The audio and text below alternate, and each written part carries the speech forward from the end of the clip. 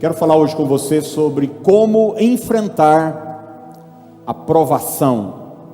Como enfrentar a provação. E o texto que eu quero usar como base é Tiago capítulo 1, versos 2 a 4, que diz assim: Meus irmãos, tende por motivo de toda alegria o passardes por várias provações, sabendo que a provação da vossa fé, uma vez confirmada, produz perseverança.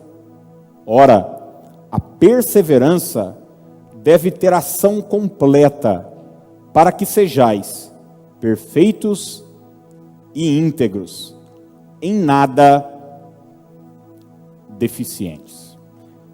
Gente, eu tenho uma memória muito boa, e eu me lembro de estar na quarta, quinta, sexta série. Eu estudei no Dom Bosco Cidade Alta nesse período, e eu me lembro que sempre que a gente saía para o intervalo, nós passávamos em frente à sala dos professores. Toda a escola tem uma sala que é a sala dos professores. E eu, ali com 10, 12 anos de idade, toda vez que eu passava na frente daquela sala, a imagem que eu tinha na minha mente, tipo o Fantástico Mundo de Bob, é que aquele lugar era uma espécie de encontro de bruxas. Sei que tem professores aqui, Diego, tem outros professores aqui, mas essa era a imagem que eu tinha. Eu não sei se você assistiu algum episódio do Chaves, na porta da casa da dona Clotilde, quando a Chiquinha e o Kiko começam a imaginar como é que é dentro da casa. É gato voando, é ela com um caldeirão, um chapéu. Essa era a imagem que eu tinha das minhas professoras da quarta, quinta, sexta série. Um monte de mulher má que se juntaram com um único propósito: me prejudicar. Elas se reuniam para encontrar uma forma de acabar com a minha vida, de tirar a minha alegria, de, enfim, me destruir. Não só eu, como os meus melhores amigos. Essa era a minha imagem. Eu não sei qual era a imagem que você tinha nessa idade dos seus professores, em especial nas semanas de prova. Porque era uma semana onde, pelo menos lá na minha escola, eles chamavam de semana do provão. Então não tinha aula, não tinha jogos, os esportes eram todos interrompidos. A gente tinha uma estrutura lá no Dom Bosco, tem até hoje, né? Ginásio, piscina semiolímpica, e eu amava a escola, amava estar com os meus amigos, voltava à noite, à tarde, eu morava praticamente lá na escola, mas na semana do provão interrompia toda a alegria, todo o prazer, para que aquela arquitetação maligna entrasse em ação. O tempo passou e eu vim descobrir que na verdade não eram bruxas. Era só um grupo de senhoras querendo me fazer crescer. Aliás, as provas têm esse objetivo. Não espere que uma criança de 10, 11, 12 anos vai entender isso, mas a maturidade nos faz entender que prova não é para acabar com a gente, prova não é para nos destruir, prova existe para nos promover, para nos colocar num outro patamar, para nos fazer subir de nível na vida. Hoje pela manhã, eu falei um pouco aqui sobre como enfrentar a tentação.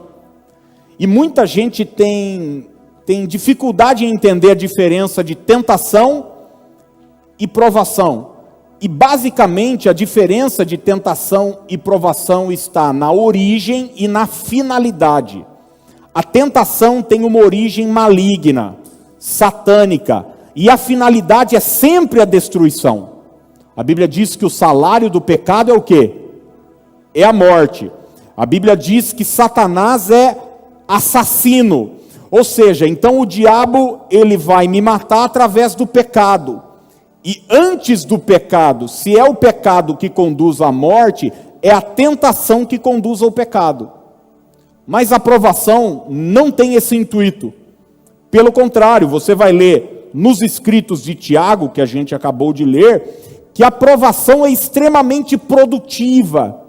Ela tem o objetivo de me tornar mais perseverante, de ter uma ação completa para que eu seja perfeito, para que eu seja íntegro, para que eu não seja deficiente. As provações são presentes de Deus para a nossa vida, justamente com esse objetivo, nos fazer crescer. É fácil ser provado? Não é fácil ser provado. É prazeroso ser provado? Não é prazeroso ser provado, mas é necessário e é benéfico.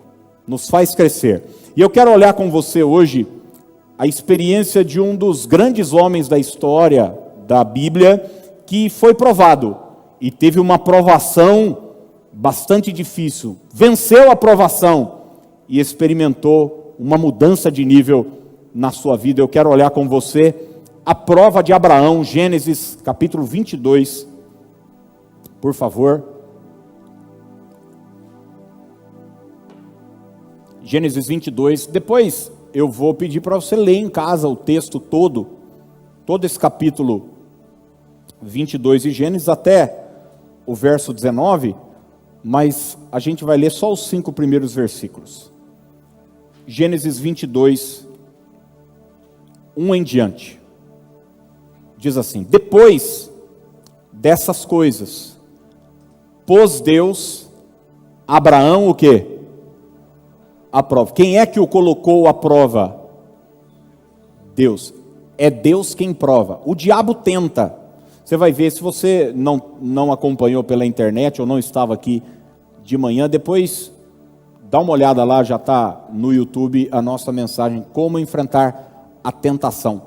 Quem tenta é Satanás. Deus não pode tentar ninguém, mas quem prova é o Senhor. Pôs Deus Abraão à prova, e lhe disse: Abraão. Este lhe respondeu: eis-me aqui. Acrescentou Deus: toma teu filho, teu único filho Isaque, a quem amas, e vai-te à terra de Moriá. Oferece-o ali em holocausto sobre um dos montes que eu te mostrarei. Levantou-se, pois, Abraão de madrugada, e tendo preparado o seu jumento, tomou consigo 2 dos seus servos e a Isaque seu filho. Rachou lenha para o holocausto e foi para o lugar que Deus lhe havia indicado. Ao terceiro dia, erguendo Abraão os olhos, viu o lugar de longe. Então disse a seus servos: esperai aqui, com o jumento. Eu e o rapaz iremos até lá, e havendo adorado, voltaremos para junto de vós. Bom, gente, que as provas fazem parte da nossa vida, isso a gente já sabe. Faz parte do processo da nossa vida. Eu não acredito, isso aqui é só um parênteses, de uma vida toda de prova. Existem cristãos que você encontra a pessoa, hoje, você encontrar ela, semana que vem, daqui 30 anos, perguntar como é que você está, ela vai dizer: eu estou na prova. Eu não acredito numa escola que só tem a prova. Não. Uma escola também tem festa, uma escola tem estudo, uma escola tem aprendizado. A prova é parte do processo. Elas acontecem, elas vêm. E eu quero deixar algumas dicas para você enfrentar as provações. Aqui ao lado, antigamente, onde é o nosso Ministério Infantil, tinha uma escola que preparava pessoas para fazer prova. Um concurso público, para prestar um exame da OAB, ou para fazer algum exame para ser juiz, ou desembargador, ou coisa parecida. Hoje eu quero te preparar para enfrentar as possíveis provas que surgirem na vida. De que ordem elas forem. Financeira, emocional, familiar, espiritual. elas vêm, às vezes não mandam aviso, elas chegam, colocam às vezes a nossa vida de ponta cabeça. Como é que a gente enfrenta tudo isso? Eu separei 3 coisas aqui que eu sei que vão te ajudar. Primeiro lugar, enfrente suas provas em pé. Vamos falar isso juntos? Diga, enfrente suas provas em pé. O verso 3, logo depois de Deus pedir a Abraão, você vai até o monte, você vai entregar seu filho. Gente, não era uma prova qualquer, era um teste e tanto, porque não se tratava só de um filho, se tratava do filho esperado, do filho que a vida de Abraão girou em torno daquele menino, filho da sua velhice, filho dos seus sonhos, filho da promessa de Deus. Deus disse: você vai colocar o menino no altar e vai me entregar como holocausto. Quando Abraão ouve isso, o verso seguinte, 3, começa com a seguinte expressão: levantou-se, pois, Abraão de madrugada. Levantou-se, pois, Abraão de madrugada. Sabe, a gente não pode escolher se as provas vão acontecer ou não, mas a gente pode escolher como nós vamos enfrentar as provas. A gente não tem essa opção de passar ou não pela prova. Um aluno numa escola não pode dizer: ah, não, eu só quero fazer aula de educação física tal, e participar das aulas aí, as provas eu não vou participar. Não, você não tem essa opção. Isso vai acontecer, mas uma coisa você pode optar: a sua postura, quando as provações, quando os testes da vida chegarem. Eu me lembro quando há 2 anos eu enfrentei toda aquela turbulência na minha vida, certamente a maior prova que eu já enfrentei na minha vida, que foi a minha internação.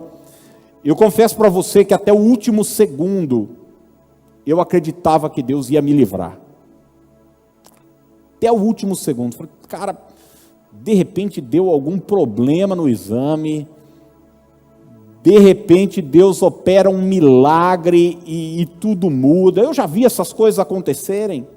Eu já fui testemunha de coisas assim extraordinárias. A pessoa vai, faz um exame, deu alteração. Eu já orei por pessoas que ela vai daí fazer uma segunda prova, não tem mais nada. Até o último segundo eu acreditava que eu não precisaria passar por aquela prova. Mas quando ali na sala de espera do hospital me chamaram, botaram uma pulseira com o meu nome e começaram a me levar para o quarto, eu falei: eu não tenho essa opção mais de ser ou não internado, de passar ou não por esse tratamento, mas uma opção eu tenho: de decidir como é que eu vou enfrentar isso aqui. Se eu vou enfrentar isso aqui cabisbaixo, com espírito de vitimismo, se eu vou enfrentar isso aqui. Já viu gente que fica tirando selfie no hospital? Ele não fala nada, só tira selfie para os outros ficar perguntando. Como é que eu vou enfrentar isso aqui? Achando que é o fim da minha vida, que tudo acabou. E naquele dia eu tomei uma decisão: quer saber? Mesmo que seja difícil, eu vou enfrentar isso aqui de pé. Eu vou enfrentar isso aqui de cabeça erguida. Talvez eu estou falando para pessoas que estão enfrentando duros testes na sua vida. Quem sabe você está vindo de um processo de separação, de divórcio, de luto, de dificuldade, de desemprego, de uma mudança na empresa, de questões que fugiram do seu controle. E você não tem a opção de passar ou não por isso. Você vai ter que passar. Seu namorado foi embora. Sua namorada te deixou, diz que não quer mais. Seu patrão já te despediu. O mercado financeiro virou do avesso. Não há o que fazer. Mas uma decisão você pode ter hoje à noite: eu vou passar por isso de pé. Eu não vou passar rastejando, mendigando ajuda, pedindo piedade ou compaixão das pessoas, eu vou enfrentar as provas da minha vida de pé. A Bíblia diz que Abraão se levantou. Eu não sei você, mas eu acho extraordinário isso. Você vai ver, os grandes homens de Deus passaram por duras provas, mas os grandes homens de Deus passaram pelas provas de pé. Você nunca vai ver o apóstolo Paulo, que foi, depois de Jesus, certamente o camarada que mais apanhou na Bíblia. Passou 2/3 do ministério preso, enfrentou injustiça, perseguição dentro da própria igreja. E Paulo não fica escrevendo, pedindo: ei, meus irmãos, ore por mim, a coisa está feia aqui. Ai, gente, vocês soubessem tal, como é que é a prisão, cadê os direitos humanos e tal. Não. Paulo escreve dizendo o seguinte: gente, eu estou preso, mas a palavra está solta. Eu estou orando por vocês, para que vocês continuem firmes, para que as minhas algemas não sejam motivo de vergonha para vocês. Na verdade, a maior preocupação de Paulo não é nem com ele, é com o avanço do Evangelho.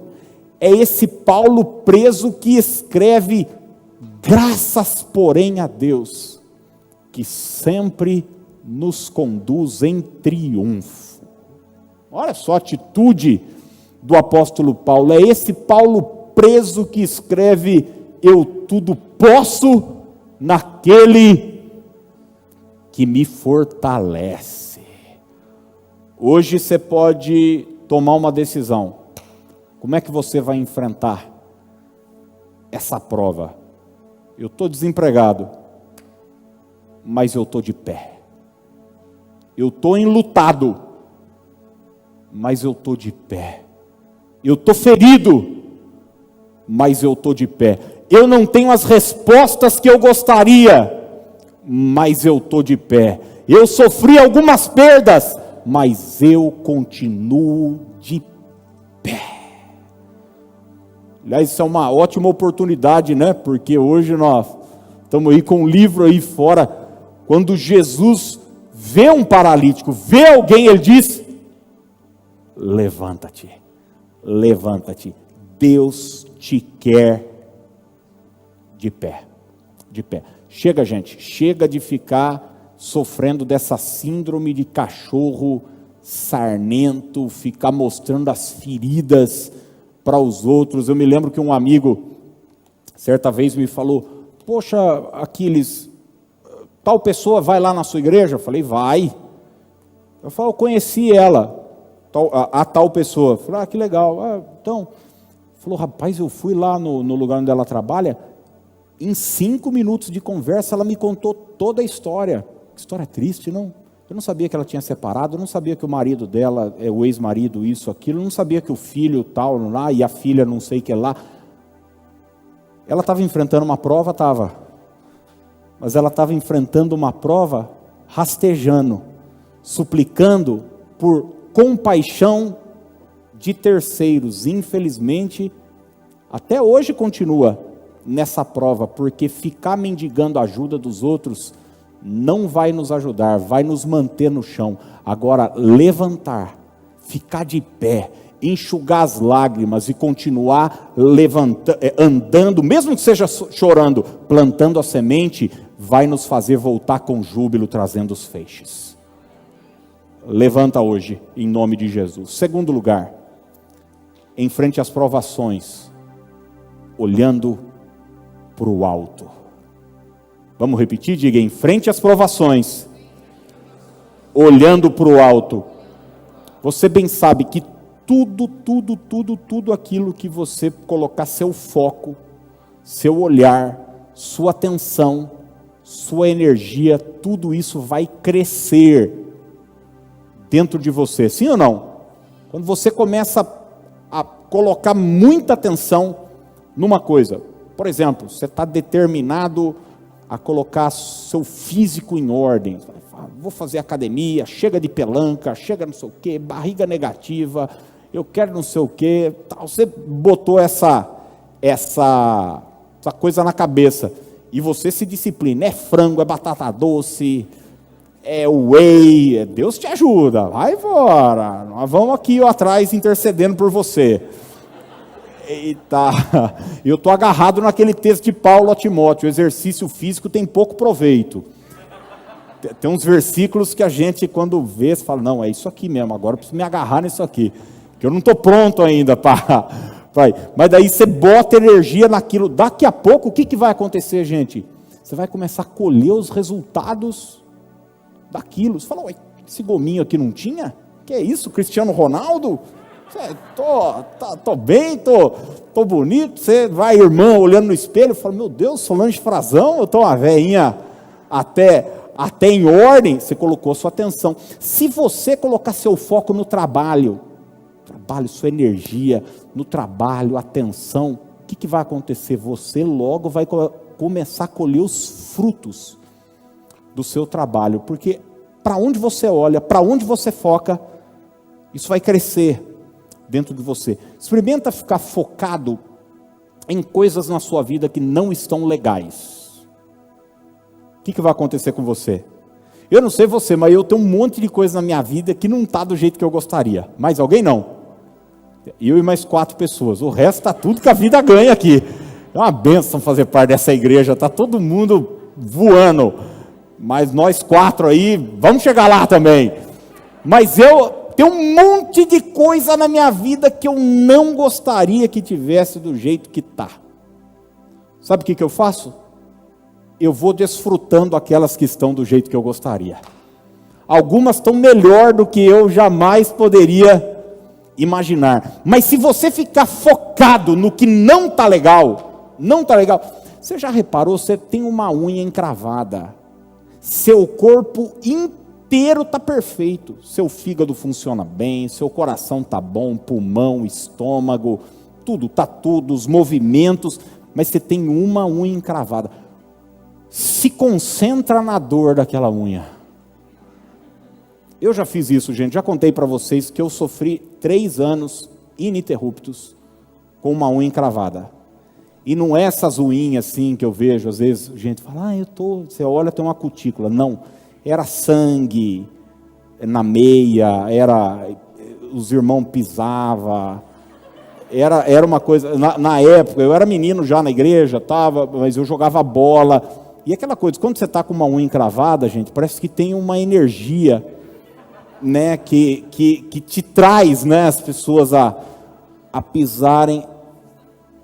Gente, teve um dia, eu nunca pensei em suicídio, eu não jamais eu teria coragem de tirar minha vida, mas teve um dia, eu me lembro como hoje, eu morava aqui no Sanssouci, aqui no Alferes, uns 5 quadras para cá, eu morava com a minha mãe lá, era menino, e eu estava me secando depois do banho, uma linha da toalha, só uma linha assim, que desfiou, na hora que eu estava secando, ela pegou na unha infeccionada, eu coloquei um travesseiro na cara, eu comecei a gritar, eu falei, Deus me leva.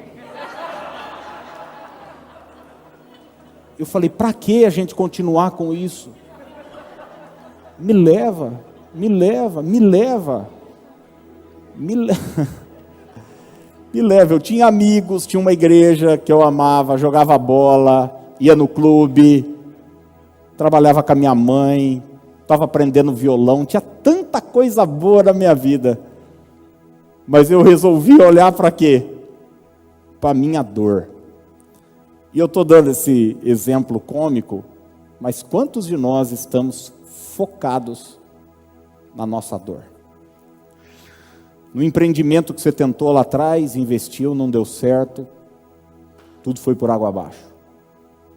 Casamento que você investiu anos da sua vida, uma relação, não deu certo, mas você continua focado nisso. Paulo diz o seguinte, eu ainda não cheguei onde eu deveria chegar, mas eu faço uma coisa, eu esqueço do que ficou para trás, eu avanço, eu prossigo, os meus olhos estão lá na frente.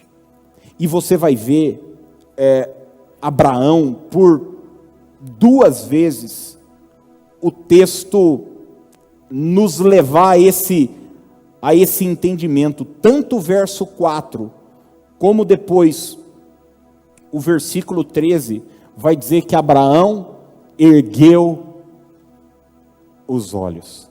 Ele está sendo provado, mas sabe para quem que ele está olhando? Ele está olhando para Deus.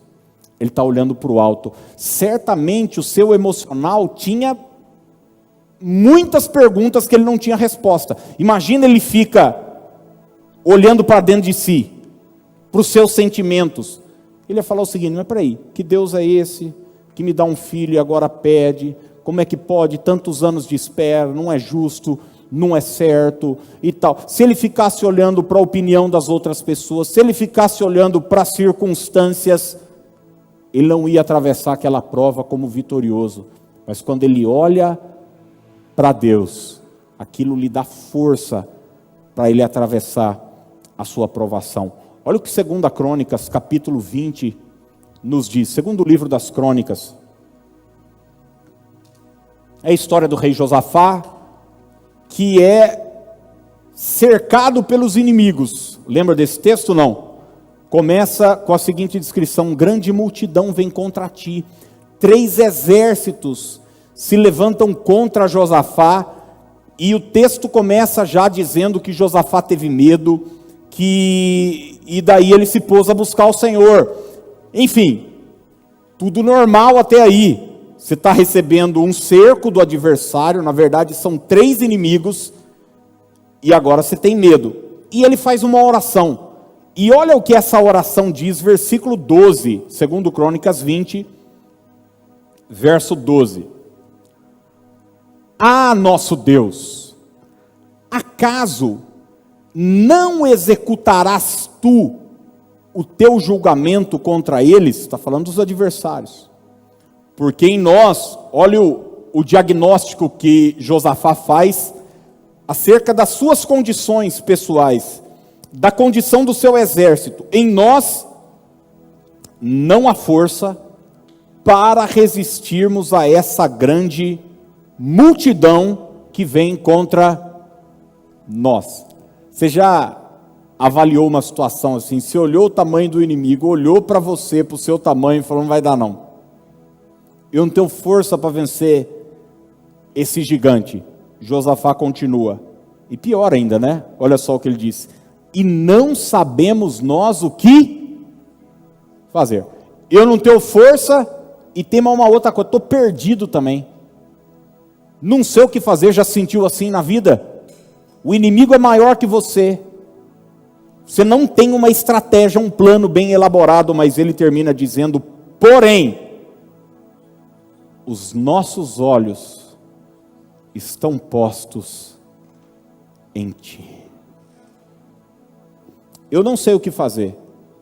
Quando você não sabe o que fazer, não tem problema. O que você não pode não saber é quem sabe o que você deve fazer. Eu não sei o que fazer, mas eu sei quem sabe o que eu devo fazer. Deus sabe, o céu sabe o que eu devo fazer.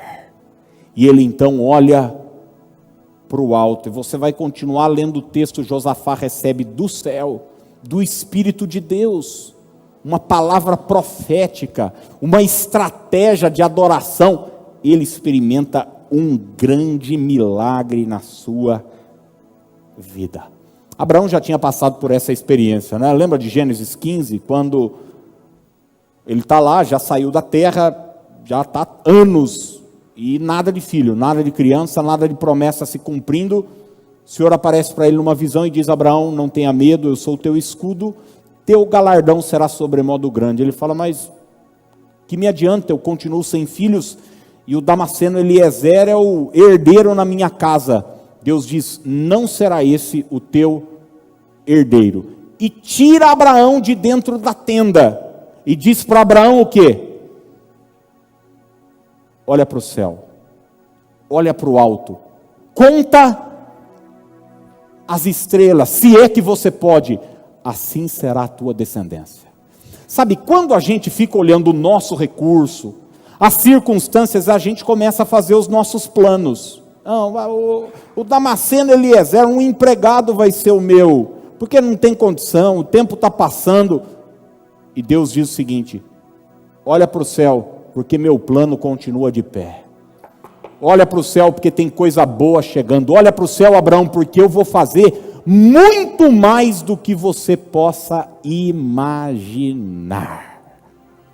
Em nome de Jesus, passe por essa prova que você está passando, mas passe olhando para o alto. Estou desempregado, mas estou olhando para o alto. Eu estou enfermo, mas estou olhando para o alto. Estou sozinho, mas estou olhando para o alto, porque é do alto que vem o meu socorro. O meu socorro vem do Senhor, que fez o céu e a terra. Quem pode dizer aleluia por isso hoje à noite? Terceiro lugar e último, enfrente a prova com a certeza da vitória. Vamos repetir? Diga: enfrente a prova com a certeza da vitória. Essa semana alguém falou assim para mim: Mega Sena da virada está chegando, 300 milhões. É um irmão.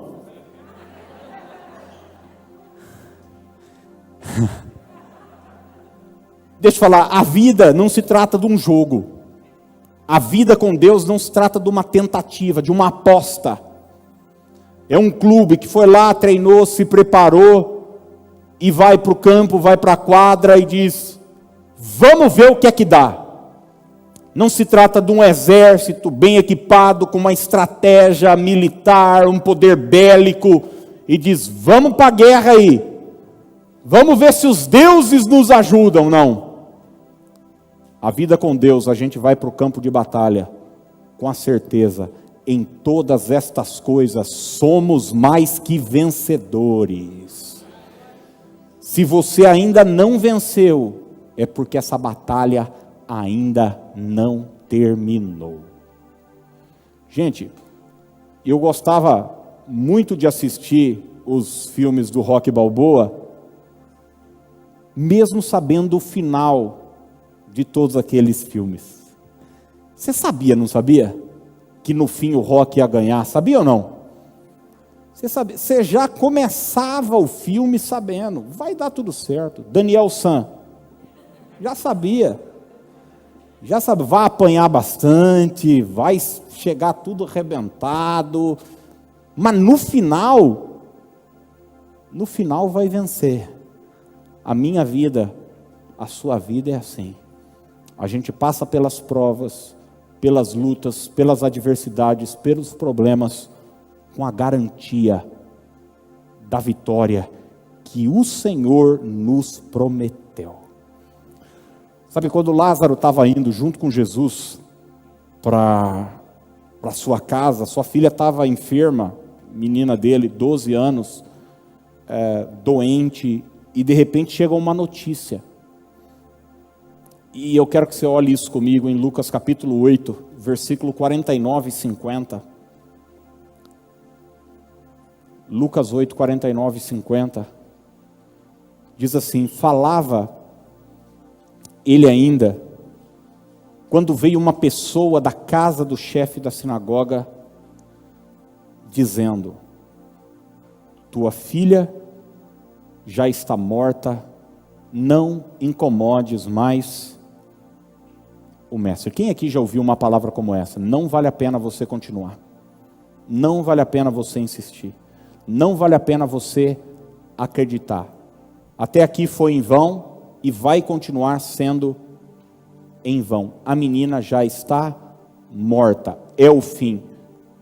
Mas eu quero dizer para você o seguinte: isso é só a opinião de quem falou isso para você. Sabe, talvez o médico conversou com você, ele te deu um diagnóstico. Talvez você consultou um especialista, um advogado, alguém da área e tal, e ele falou: ó, eu acho que é isso. Talvez você conversou com um amigo, e ele falou: ó, eu acho isso. Mas existe uma outra opinião. O céu tem uma opinião acerca do que você está vivendo.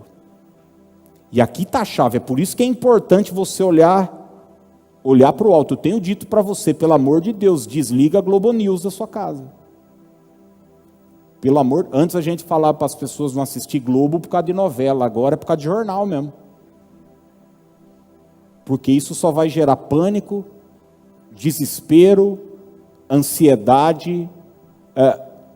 Existe uma outra opinião acerca da sua vida, acerca de tudo que está acontecendo. E olha o que Jesus continua.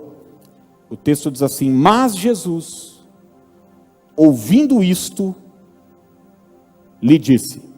Eu sou apaixonado por esse texto. Não temas, crê somente, e ela será salva. Ou seja, Jairo, controle suas emoções, não tenha medo, controle seu emocional, coloca sua fé em ação, apenas acredite, e a vitória vai chegar. Vai chegar, certeza da vitória. Eu dei o exemplo aqui, né, da minha experiência há 2 anos, e gente, eu em nenhum momento passou pela minha cabeça que eu ia morrer, em nenhum momento, eu entrei para aquela prova. De vez em quando aparecem algumas lembranças do Facebook, né? E eu lembro que eu escrevi um texto, e o texto foi inclusive baseado nesse trecho de Abraão, dizendo o seguinte: voltaremos. Eu vou subir esse Moriá, mas Moriá não é lugar de morte, Moriá é lugar de provisão. Moriá não é lugar de derrota, Moriá é lugar de vitória. Vitória. Eu não ficava perguntando para a Dani, tem uma moça aqui da igreja, trabalha na farmácia da Unimed. Todo dia ela mandava para a Dani um relatório de como é que estavam os exames que eu estava fazendo. Eu não queria saber de nada. Não queria saber de porcentagem, quantas pessoas morrem. Depois, quando eu vim saber quantas pessoas morrem, eu falei... Bom, a última conversa que eu tive com o médico que me acompanha até hoje, ele falou: Aquiles, agradeça a Deus por aquilo que aconteceu com você. Olha, eu vi isso da boca do médico, hein, que não, ele falou: agradeça a Deus por aquilo que aconteceu com você. Eu precisava me sintonizar com o que o céu tinha a me dizer. Eu não fiquei falando senha de banco, não, pelo contrário. Vocês sabem, eu estava com uma viagem marcada. Marcos toda semana me ligava lá no hospital e falava: ô Aquiles, e aí? Eu andei vendo aqui o roteiro, até seu pai nos ajudou, né, Lu? Depois vim saber. Andei conversando aqui, ó, tem uma cidade tal que eu acho que vale a pena a gente conhecer. Gente, como é que você fala isso para uma pessoa que está internada no hospital com leucemia, estado grave, fazendo quimioterapia, planejando uma viagem que estava marcada? Pois é, faz isso.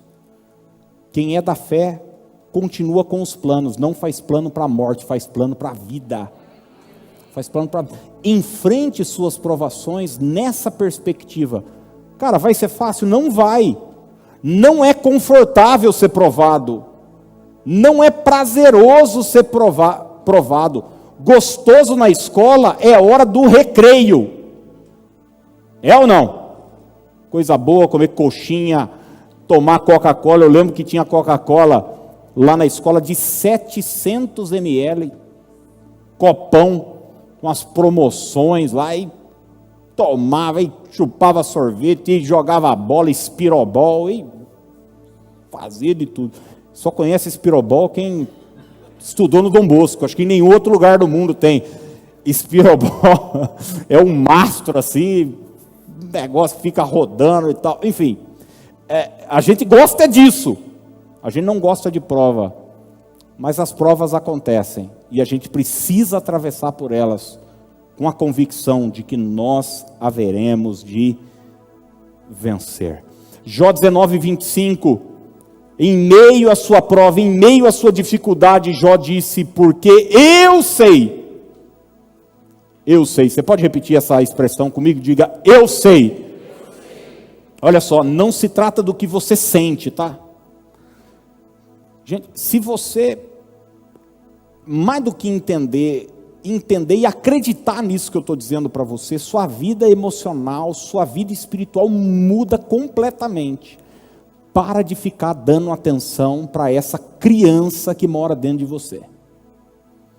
Todos nós temos uma criança mimada que mora dentro da gente, que fica gritando por afeto, por atenção, por aquilo que eu sinto e tal. Manda essa criança calar a boca. Eu de vez em sempre, essa criança desperta dentro de mim. Para falar, para eu ficar me guiando pelas minhas impressões, sensações. Mas o justo não anda por aquilo que sente. O meu justo, a Bíblia diz, viverá pela fé. Jó disse, eu sei. Como é que o cara ia sentir, gente? Estava com telha, raspando o seu corpo, tomado por enfermidade, tinha enterrado seus filhos, tinha perdido todo o seu patrimônio. Eu sei que o meu Redentor vive e por fim se levantará sobre a terra. Já enfrenta aquilo lá com certeza da vitória. Eu quero hoje dizer para você que o final de tudo isso, desse filme que é a sua vida, que é a minha vida, a gente já sabe, tem uma coroa nos esperando. Tem uma coroa, nem a morte, nem a vida, nem anjos, nem principados, nem potestades, nem coisas do presente, nem do porvir, nem poderes, nem altura, Paulo diz em Romanos 8, nada vai nos separar do amor de Deus. Pelo contrário, em todas estas coisas, ele diz, somos mais que vencedores, por meio daquele que nos amou. Vamos ficar de pé para a gente orar. Eu quero encerrar profetizando um verso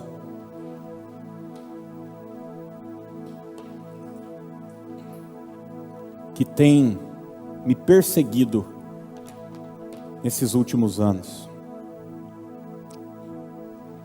Eu vou pedir para você, estenda suas mãos em atitude de receber. O céu tem uma opinião acerca do que você está vivendo.